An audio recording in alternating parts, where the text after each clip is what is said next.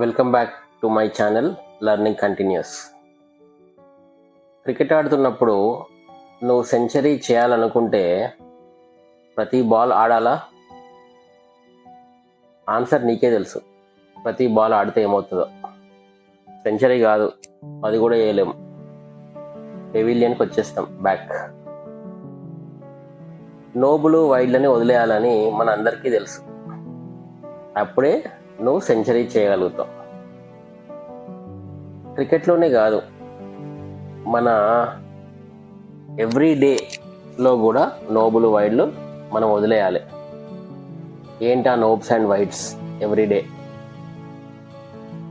మనల్ని చాలామంది చాలా విధాలుగా ఇబ్బంది పెడుతూ ఉంటారు. మన సుపీరియర్స్ అవ్వచ్చు, ఫ్రెండ్స్ అవ్వచ్చు, నైబర్స్ అవ్వచ్చు, ఫ్యామిలీ మెంబర్స్ అవ్వచ్చు, ఎవరో ఒకరు అవ్వచ్చు. మనల్ని ఏదో విధంగా కామెంట్ చేయడమో, ఇన్సల్టో, క్రిటిసైజో, హ్యూమిలియేటో, ఏదో ఒక కామెంట్ ఇలాంటి చేస్తూ ఉంటారన్నమాట.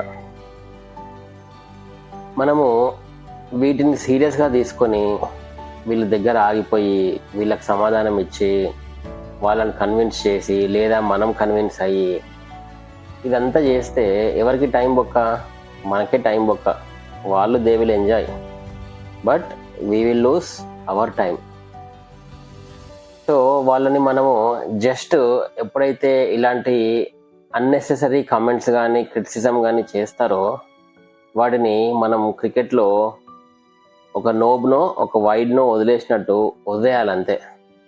అప్పుడే మన లైఫ్ పీస్ఫుల్గా సాఫీగా సాగిపోతుంది. Thank you very much for listening this. Aditya బొమ్మ signing off.